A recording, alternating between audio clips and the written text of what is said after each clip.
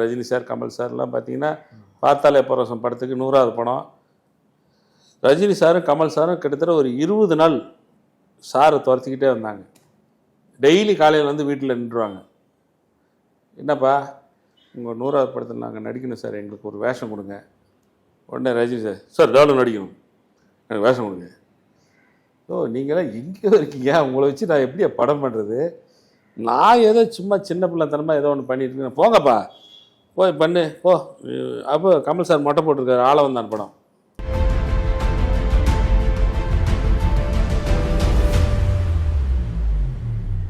நாற்பது வயசு வரைக்கும் பொண்ணே கிடைக்கும். கேட்கறதுக்கு பெரிய காமெடியா இருக்கு. 39 வயசு வரைக்கும் பொண்ணு கிடைக்கல சார். திருப்பாச்சி படம் என்னோட 39 வயசுல. ஆமா, திருப்பாச்சியில் ஹிட் ஆச்சு. அந்த படம் ரிலீஸ் ஆனதுக்கப்புறம் பீட்டர் பாபியான்னு ஒரு எடிட்டர், அவர் டிஷ்யூம், ரோஜா கோட்டம், நான் கடவுள் இந்த படத்துக்கெல்லாம் எடிட்டர். அவர் எங்கள் சேலத்துக்காரர். அவர் வந்து இந்த மாதிரி என் தங்கச்சி ஒன்று இருக்குது பார்க்குறீங்களா அப்படின்னாரு. பரவாயில்லையா, நம்மளையும் மதித்து பொண்ணு பார்க்க கூப்பிட்றாங்கன்னு சொல்லிட்டு எங்கள் அம்மாட்ட சொல்லி விட்டேன். போய் பொண்ணு பாருங்கள். அப்புறம் எங்கள் அம்மா போய் பொண்ணு பார்த்தாங்க. பார்த்தோன்னே எங்கள் அம்மாவுக்கு பிடிச்சி போச்சு. ஏன்னா அந்த பொண்ணுக்கு அப்பா அம்மா யாரும் கிடையாது, இவர் பீட்டர் மட்டும்தான், அண்ணன் மட்டும்தான்.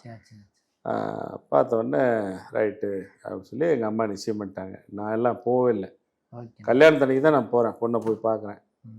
இது மேரேஜ் அன்னைக்கு. இப்போது ஒரு வாழ்க்கையில் ஜெயிக்கணுன்னா கூட சினிமாவில் ஒரு படம் ஜெயிச்சாதான் முடியுது. ஆமாம்மா, அதாவது ஓடுற படத்தில் நம்ம இருக்கணும் சார், ஜெயிக்கணும் இல்லை. ஒரு படம் ஓடுற குதிரையில் பணம் கட்டணும். அந்த ஓடுற படத்தில் நம்ம இருந்தோம்னா ஆட்டோமேட்டிக்காக நம்ம எல்லாம் தேடி வரும் சார். பெயர், புகழ், பணம் எல்லாமே நம்ம தேடி வரும். அந்த ஒரு படத்துக்காக எத்தனை படம் தியாகம் பண்ணீங்க? நிறைய படங்கள் வந்தது. ஏன்னா 6 மாதம் நமக்கு டேட் வாங்கினாங்க திருப்பாச்சி படத்துக்காக.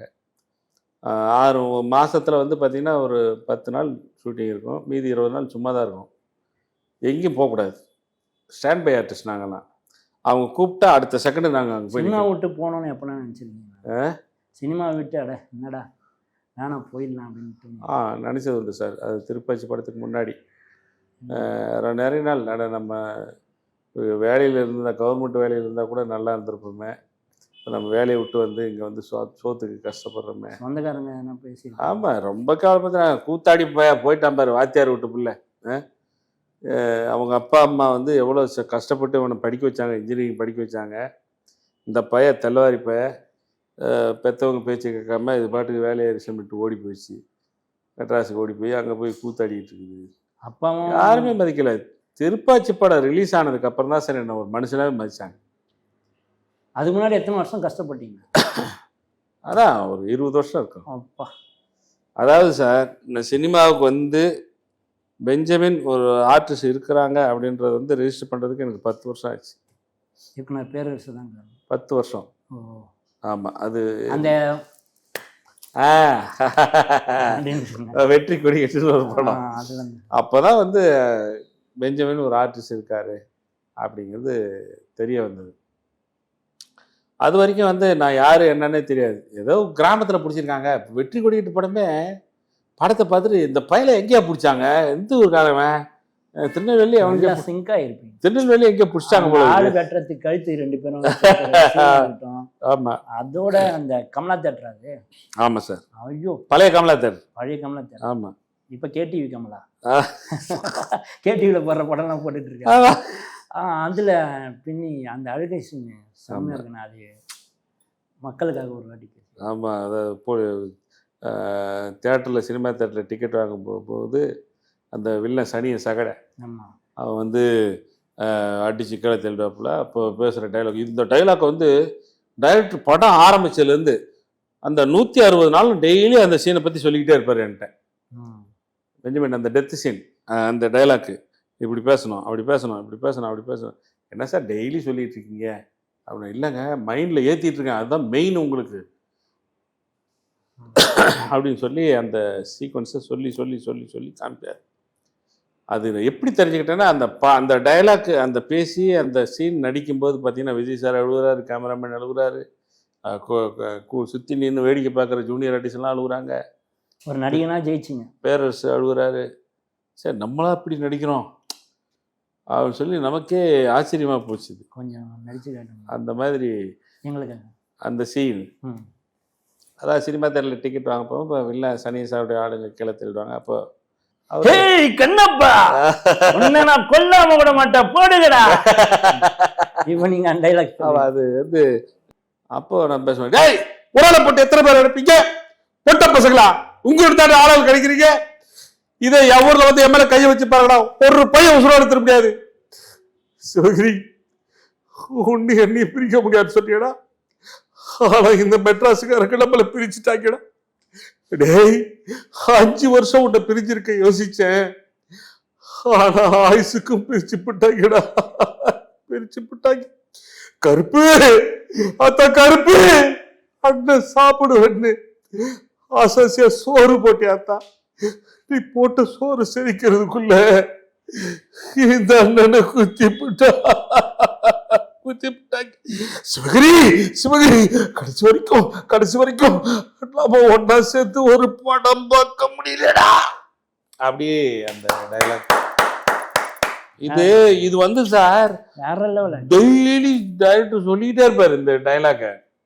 இது சொல்லி சொல்லி சொல்லி படத்தை தூக்கி நிறுத்தின டைலாக். ஆமா ஆமா. அதுக்கப்புறம் தான் அவர் வேற மாதிரி டிரான்ஸ்ஃபார்ம். இந்த நேரத்தில் பேரரசு ஐயாவுக்கு நான் நன்றி சொல்லணும். ஏன்னா அவர் யாரு நான் யாருன்னே தெரியாது. நான் ஏதோ ஒரு படத்தில் எங்கேயோ கொடைக்கானல் நடிச்சிட்டு இருக்கேன், இவர் பேரரசு சார் ஃபோன் பண்ணுறாரு. ஃபோன் பண்ணி இது மாதிரி பெஞ்சமின் நடிகரா, ஆமாங்க, இந்த மாதிரி நீங்கள் சூப்பர் கம்பெனிக்கு வரணும், நான் விஜய் வச்சு ஒரு படம் பண்ணுறேன், நீங்கள் விஜய்க்கு ஃப்ரெண்டாக நடிக்கணும், உங்களுக்கு சம்மதமா? நம்பியிருக்க மாட்டீங்களே. அப்படியே ஃபோனை மூடிட்டு எவனோ கலாய்க்கிறான், சரி மாப்பிள்ள அப்படிங்களா, விஜய் சார் வச்சு படம் பண்ணுறீங்களா, சரி நான் என்ன பண்ணணும், இல்லை சார் உங்களுக்கு கதை சொல்லணும், நீங்கள் வந்து கதையை கேளுங்க, உங்களுக்கு பிடிச்சா நடிங்க. சரி சத்தியமாக எவனோ ஓட்டுறான், இது கன்ஃபார்மு, அப்படியா, சரி சொல்லுங்க பார்ப்பலாம் கதை. இல்லைங்க நீங்கள் நேரில் வந்தால் தான் கதை சொல்ல முடியும். அவரும் அசராம மரியாதை கொடுத்து பேசுறாரு. ஆமாம், நான் எவனோ ஓட்டுறான்னு சொல்லி நான் இப்படி பேசிகிட்டு இருக்கேன். அப்புறம் வச்சுட்டேன், வச்சுட்டு நான் இப்போ தூங்குறதுக்கு போயிட்டேன். சரி போடா, இது எத்தனையோ ஃபோனு நம்மளை இந்த மாதிரி நிறைய பேர் ஏமாத்திருக்காங்க, அதனால் இதில் யாரோ ஒருத்தர் ஓட்டிகிட்டு இருக்கான் அப்படின்னு சொல்லிட்டு நான் விட்டு படுத்துட்டேன். நைட்டு 12:30 மணிக்கு மறுபடியும் ஃபோன். சார் நான் பேரரசு பேசுகிறேன், கொஞ்சம் கம்பெனிக்கு காலையில் வந்துட்டு போங்க. ஓ ஏன் கழுத்து இருக்கீங்க, நான் எங்கே கொடைக்கானலில் இருக்கேன், வந்தால் உடனே எப்படி வர்றது ஷூட்டிங் விட்டு? இல்லை சார் நீங்கள் வந்தீங்கன்னா நல்ல கேரக்டரு, தயவு செஞ்சு வாங்க அப்படின்னு சொன்னோடனே எனக்கு சரி ஒருவேளை உண்மையாக இருக்குமோ அப்படின்ட்டு, சரி அடுத்த நாள் வந்து சாங்கு.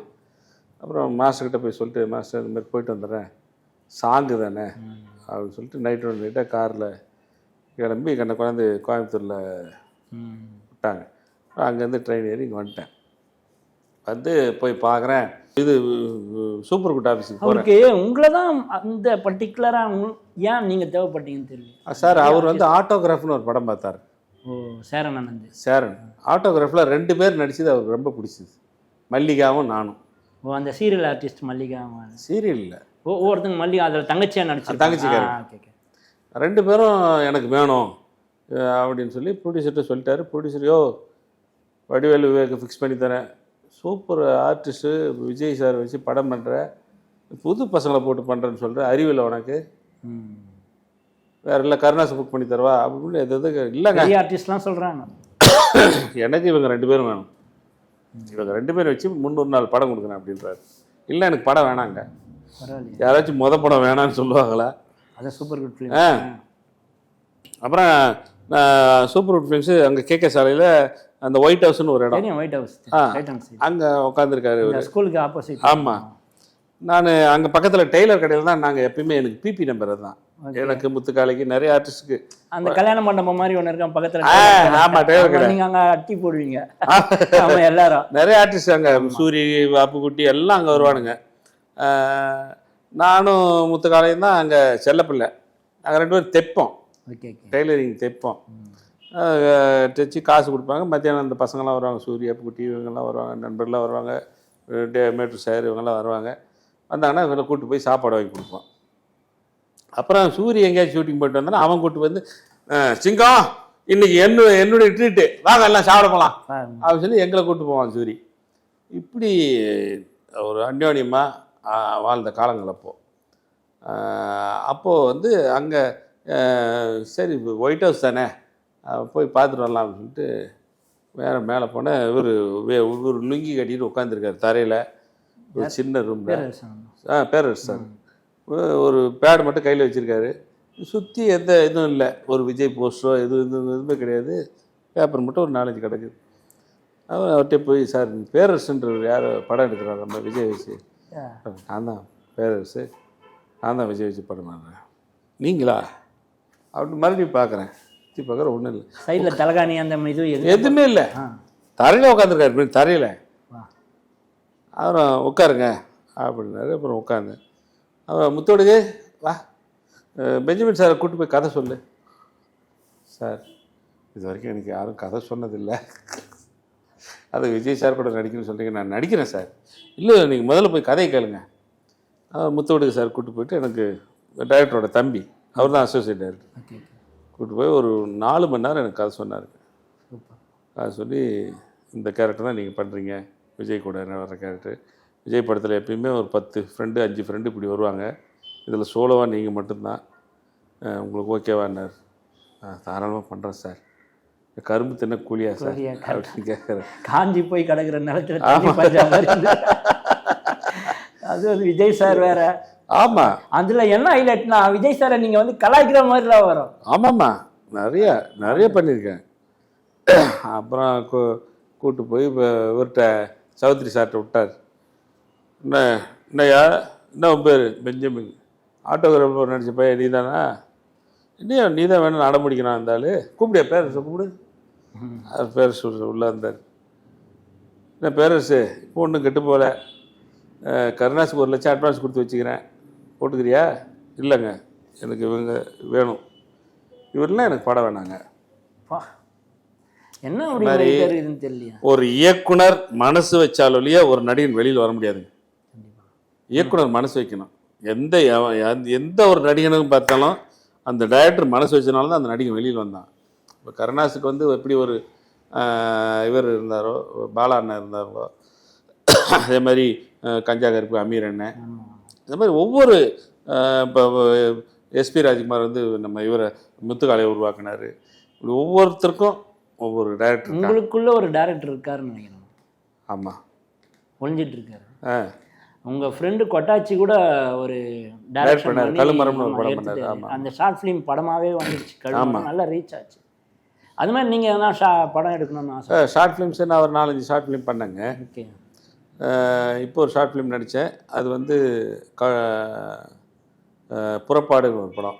அது 167 படம் சென்னையில் காம்படிஷனில் கலந்துச்சு. இதில் நம்ம மயிலாப்பூர் கவிக்கு அரங்கத்தில் தான் நடந்தது. வசந்தபாலன், லிங்குசாமி சாரோட அசிஸ்டன்ட் வசந்தபாலன், இன்னும் 2-3 பேர் தான் அதில் ஜட்ஜாக இருந்தாங்க. அது 167 படத்தில் நான் என்னோடது படம் 3வது பரிசு வாங்கிச்சு. அப்புறம் இதில் துபாயில் காம்படிஷன் நடந்தது, அங்கே நிறைய படங்கள் இருந்தது, அதில் ஃபஸ்ட் ப்ரைஸ் வின் பண்ணோம். எப்போண்ணே உங்கள் படம் திரையில் பார்க்கலாம்? கூடிய சீக்கிரம். இப்போ கதை எல்லாம் ரெடி பண்ணி இப்போ தான் ரெடி பண்ணி வச்சுருக்கேன். பண்ணிட்டீங்க? நல்ல ப்ரொடியூசர் கிடைக்கல. அதாவது நல்லா ஒழுங்காக படம் பண்ணணும்னு நினைக்கிறவங்களுக்கு ப்ரொடியூசர் கிடைக்க மாட்டாங்க. ஏமாத்துறவங்க இவங்களுக்கு தான் ப்ரொடியூசர் கிடைக்கும். இது சினிமாவோட நியதி. அது இல்லை, பார்க்குறவங்களே அப்படி தானே இருக்கும். ஆமாம்மா, சினிமா பார்க்குறவங்க சார் சினிமா பார்க்க மாட்டான். இன்னொன்று சார், சினிமாவில் நடிக்கிறதுக்கு சினிமாவுக்கு வெளியில் நடிக்க தெரியணும். அது நமக்கு தெரியாது சார். நம்ம யதார்த்தமாக வாழ்ந்தோம், கிராமத்திலே பிறந்தோம், கிராமத்திலே வாழ்ந்தோம். நிறைய பேருக்கு உதவிகள் பண்ணிகிட்ருக்கேன். யாராச்சும் ஒருத்தர் கண்டிப்பாக கிடைப்பாங்க. சரிண்ணே. இப்போ ஒருத்தரை பற்றி 1 லைன் சொல்கிறேன், ரேபிட் ஃபயர் சொல்லுவாங்க. அதுமாதிரி அந்த 1 லைனில் இப்போ ஒருத்தர் பேர் சொல்கிறேன்னா அவர் இப்படிப்பட்டவர், அந்த மாதிரி ஒவ்வொருத்தரை பற்றி சொல்கிறேங்க, பேர் சொல்கிறேன். அவங்க உங்கள் மனசில் எந்த அளவில் இருக்காங்க கொஞ்சம் நீங்கள் சொன்னால் நல்லா இருக்குங்க. நானா? விஜயகாந்த் சார். புரட்சி கலைஞர் விஜயகாந்த் மிகச்சிறந்த மனிதாபிமானி, மனித தெய்வம். ஓகே, மனிதரில் புனிதர். ஆமாம், மனித தெய்வம். பேரரசு சார். பேரரசு என் வாழ்க்கையில் திருப்புமுனை ஏற்படுத்தி தந்தவர். KP sir. கேபி சார் என்னை அறிமுகப்படுத்திய ஒரு மகா மனிதன். மயில்சாமி சார்.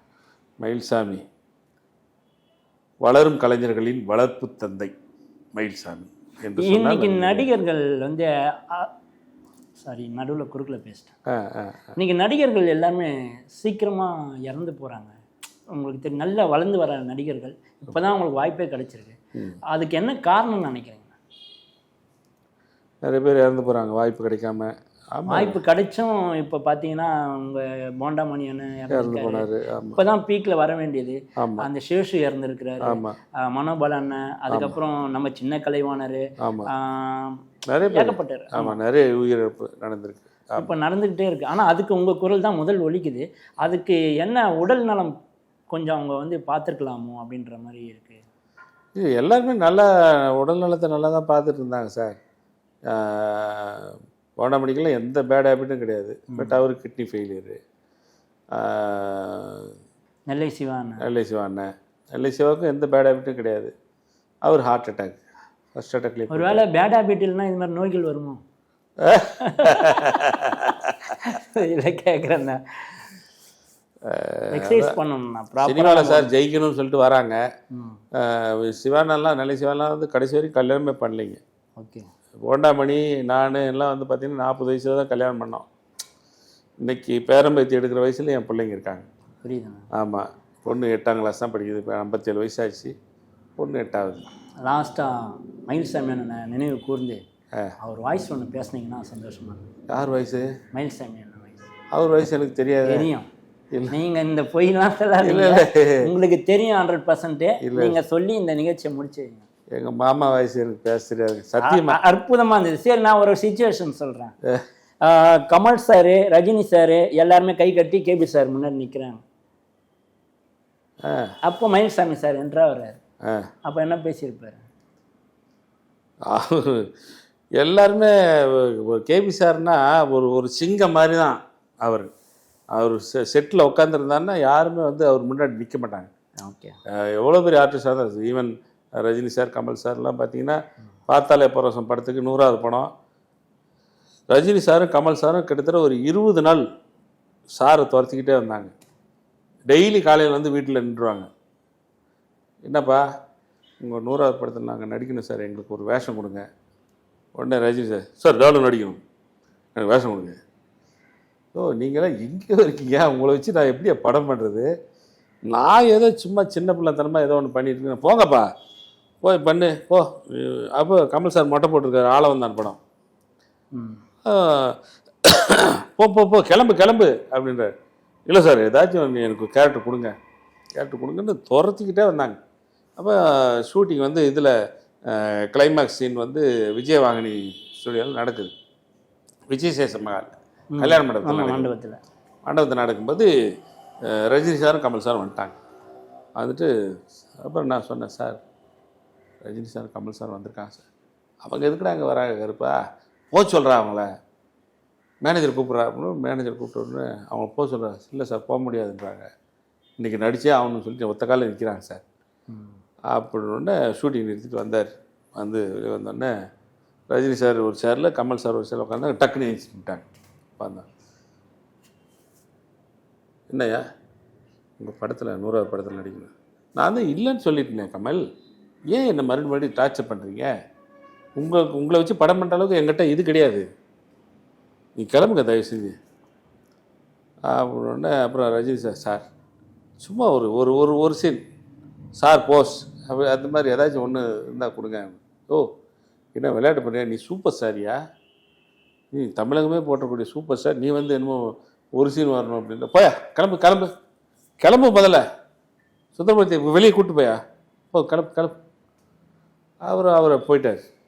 கமல் சார், போடா, உனக்கு தனியாக சொல்லணுமா, போய் தொலைடா போடா, நீ நடிக்காமல் நான் போக மாட்டேன், இல்லாட்டி நான் இங்கேயே செத்து போயிடுவேன், தற்கொலை பண்ணிக்குவேன் இங்கேயே அப்படின்ட்டு. என்னடா ரொம்ப போச்சுன்ட்டு அப்புறம் ஒரே ஒரு சீன் கொடுத்தார் கமல் சாருக்கு. சீன் நடித்தார். ஆளவந்தான் கெட்டப்பிலே, அந்த மொட்டை கெட்டப்பிலே நடித்தார். அந்த மாதிரி. ஆனால் இதில் மயில்சாமியாக வரலையே இன்னும்.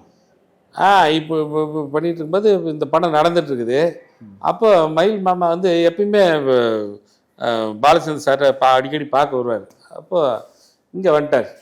வந்தோடனே என்னை பார்த்து, டேய் எங்கடா எங்கே இருக்கார் தலைவர்? மாமா உள்ளே சாப்பிட போகிறோம், பிரேக் விட்டாச்சு மாமா. அப்படி என்ன இந்த படத்தில் எனக்கு எதுவும் வேஷம் இல்லையா? அப்படி நேராக உள்ள போனார். என்ன தலைவரா, என்ன தூக்கம் எந்திரி. அவனை வீங்கி உட்காந்துட்டார். ஏன் கத்துற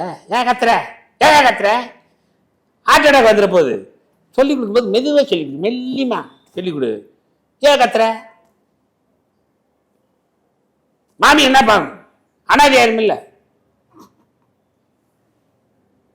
நான் எப்போ வரணும், எனக்கு எப்போ ஷூட்டிங்? இல்லைடா மயிலு, உனக்கு இந்த இதில் எதுலையுமே கேரக்டர் இல்லைடா. இல்லையா அப்படின்ட்டு வெளியில் வந்துட்டார். உடனே இவர் கேபி சார் வெளியில் 2:30 மணி ஆச்சு, வெளியில் வர்றார். வெளியில் வந்தோடனே மயில் நிற்கிது. அப்போ நான் வரட்டுமா, உடம்பு பார்த்துக்கா அப்படின்ட்டு வந்து பக்கத்தில் உட்காந்துருவார். உட்காந்து கையை காலை போட்டு நல்லா அமுக்குவார். கிச்சக்கான்னு. என்ன ஏன் இப்படிக்கிற, என்ன உடம்புல தலித்தியாக்குது, நல்ல நேராக உட்காரு. ஏன் இப்படி உட்கார, நிம்மதி உட்காரு. எல்லாரையும் கேபி சார் மிரட்டுவார், கேபி சார் மயில் என்ன மிரட்டுவார். நான் பார்த்து மிரண்டு போனேங்க. அப்படிங்களா? மயில்சாமி என்னடா மயில்சாமி இப்படி பேசுகிறாப்புல. மாமா என்ன மாமா இப்படி பாலச்சந்திரன் தானடா. நல்லா இருந்தது பேசணும். அந்த மாதிரி பாலச்சந்தர் சார் கூட இப்போ ரஜினி சார் கமல் சார் வந்தாவே இப்படி நிற்கிறாங்க சார். வருஷம் 1ஆம் தேதி ஆனால் பாலச்சந்தர் சார் வீட்டுக்கு நாங்கள் எல்லாம் போவோம். வாசப்படியில் ஆள் இந்த பக்கம் ரஜினி, இந்த பக்கம் கமல் நிற்பாங்க. அதுக்கப்புறம் தான் மற்ற ஆர்டிஸ்ட்லாம் நிற்பாங்க. ஒவ்வொரு வருஷமும் கடைசி அவர் பாலச்சந்தர் சார் இறக்குற வரைக்கும் இவங்க 2 பேரும் போய் காசு வாங்குவாங்க. அந்த 50 ரூபா காசு வாங்குறதுக்கு வரிசையில் நிற்பாங்க சார். இவங்க ரஜினி சாருக்கும் கமல் சாருக்கும் தான் 100 ரூபா கொடுப்பார். பாக்கி உள்ளவங்களுக்கெல்லாம் 50 ரூபா கொடுப்பார் ஒவ்வொரு வருஷமும். அது மாதிரி அந்த காசு வாங்குறதுக்காக லஸ்கார்ன வரைக்கும் நிற்கும் கியூ. பார்த்தீங்கன்னா ஒரு 500, 600, 700 பேருக்கு மேலே நிற்பாங்க. ஒரு கட்சி தலைவர் மாதிரி இருப்பாங்க. ஆமாம், காசு கொடுத்துக்கிட்டே இருப்பார். 50 ரூபா கொடுத்துட்டே இருப்பார். ரஜினி கமல் அவங்க தான் வாங்கணும். அப்படி ஒரு ஜாம்பவான். அவர் நிறைய பேர் அறிமுகப்படுத்தினார். இப்போ Charlie sir, Damu sir, Vivek sir, Prakashraj, comedy artist சொன்னாங்க. Comedy artist okay. அந்த வரிசையில் என்னையும் அறிமுகப்படுத்திருக்காருன்னு நினைக்கும் போது ரொம்ப பெருமையான விஷயம். எல்லாம் பெரிய ஆள் தான். ஆமாம். அதான் சினிமாவில் நடிக்கிறத விட சினிமாவுக்கு வெளியே நடிக்க தெரியணும். அது வெளியில் நடிக்க தெரியாதனால நம்ம வண்டி இப்படியே ஓடிட்டுருக்கு, ஸ்டாண்டர்டாக ஓடிட்டுருக்குது. சினிமாவுக்கு வெளியில் நடிக்க தெரிஞ்சால் என்றைக்கே பெரிய ஆர்டிஸ்ட். ஆமாண்ணா, நீங்கள் படித்தா ஒன்றுமே பண்ண முடியாதுண்ணா, ஆனால் நடித்தா நாடே கிடைக்குண்ணே. நிகழ்ச்சியில் கலந்துக்கிட்டு கரெக்டாக சொன்னீங்க. உங்களை பேட்டி எடுத்துல ரொம்ப சந்தோஷம் தான். ரொம்ப சந்தோஷம். நானும் நிறைய கற்றுக்கிட்டேன் உங்ககிட்ட. சரி. நன்றிண்ணா. ரொம்ப நன்றி சார். நன்றி.